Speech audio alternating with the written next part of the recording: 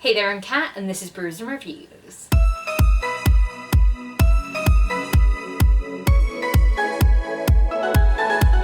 In today's video, I'm going to be doing the end of year book tag, originally created by Ariel Bissett. So it's pretty cold right now. I really want to drink this drink, get under an electric blanket and just heat myself up, so I'm going to get straight into these questions. Question number 1, are there any books that you started this year that you need to finish? Actually, I've done a pretty good job of clearing off a lot of the books that I had on my currently reading shelf for a while.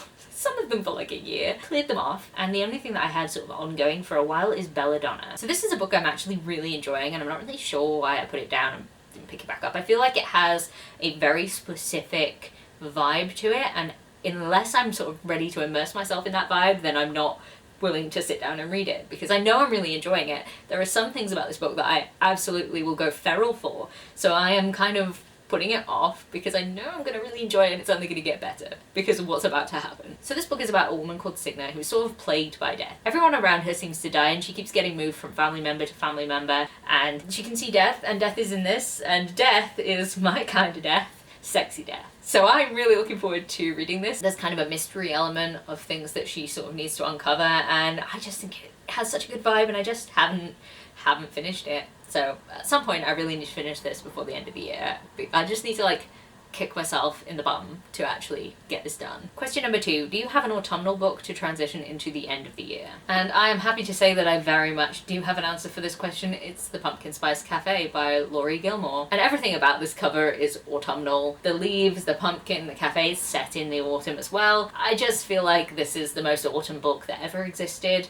And I'm currently buddy reading this one with Emily from Nobel Novels, and we're really enjoying it. I am also enjoying this as like an extra enjoyment factor because I'm currently rewatching The Gilmore Girls. It just seems really easy for my brain right now, and this book is the equivalent of that series. Except it's kind of basically just like if Luke and Lorelai were romancing the whole time. And kind of insta-lovey, which I'm not super loving. I would like it to have been more slow burn than it has been, but it's very autumn vibes and I'm here for it. Question number 3, is there a new release that you're still waiting for? No. No. Honestly, I'm not even paying attention to it. I am slumping so hard right now that I'm not even paying attention to the books that I waited for and got and then couldn't read because I'm not in the mental space to read them right now, and I don't want to pick up a book that I know I'm gonna love if I read it in the right mindset while I'm in the wrong mindset, if that makes any sense. Probably didn't, but like don't think my brain makes that much sense right now. So yeah, I'm kind of just seeing what happens with new releases. Anything that hasn't been released, I'll just read it if I read it. When I read it, yeah. Question number 4, what are 3 books that you want to read before the end of the year? And there are any number of books that I could actually say on this, but the slump is so real that I am gonna try and be real with myself and actually pick books that I think I'm likely to pick up, rather than ones that I would like to pick up if I had the mental strength for it and like the, you know, can't even think of the right word. Anyway, what I'm trying to say is if I was productive, there are a bunch of books that I thought I could read, but like I don't have the motivation.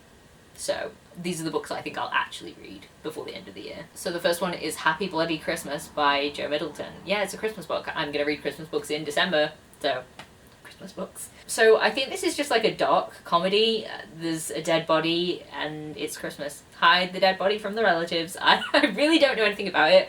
The cover kind of got me, and the fact that it's kind of a dark comedy, I just feel like I will enjoy that. The next book that I am also going to read before the end of the year is another Christmas book, and it's The Christmas Jigsaw Murders by Alexandra Benedict. Now I read The Christmas Murder Game? What's it called?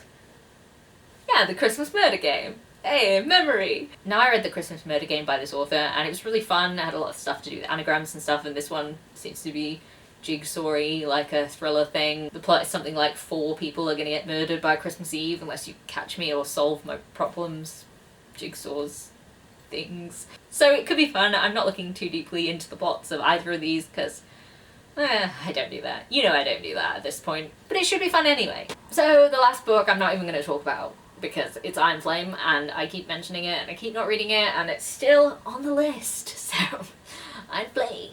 Question number 5, is there a book that you think could still shock you and become your favourite of the year? And I honestly have no idea. I honestly don't think it's actually very likely that I'm going to come up with like a brand new favourite because I'm slumping right now, and I just think when I'm in this sort of mindset, I tend to rate things lower than I maybe would have if I was in a better mood. And I don't want to read things that I'm really eagerly anticipating, because at the same time that it's like, what if I don't love it as much as I knew that I could love something if I was, you know, in a better headspace? I don't know, this whole video has kind of been me saying that I'm in a slump and in just like a blah headspace, but at the same time, that's where I am, so it's just tailoring where we are for the end of the year. It's dark, it's gloomy, it's grim outside, it's obviously affecting me, and I'm just like, well, we'll see what happens. I would love to be surprised. If there is a book that can come out and be like, bam, new fave, I would love that, but I just can't see it happening. And lastly, have you started making reading plans for next year? And yeah, I have. And just to sort of preface this, it's only because of the type of bullet journal I'm doing where I have to sort of set a bunch of things out beforehand. So I have to plan like a bunch of challenges that I'm doing because they need specific pages in my bullet journal, and that's really the only reason I'm thinking about it right now, because otherwise the slump would attack that too. But I don't want to get to a point in like December, January where I'm like, I can't record anything because it's not set up right, so that's why I'm sort of panic doing it, but it still counts as reading plans, right?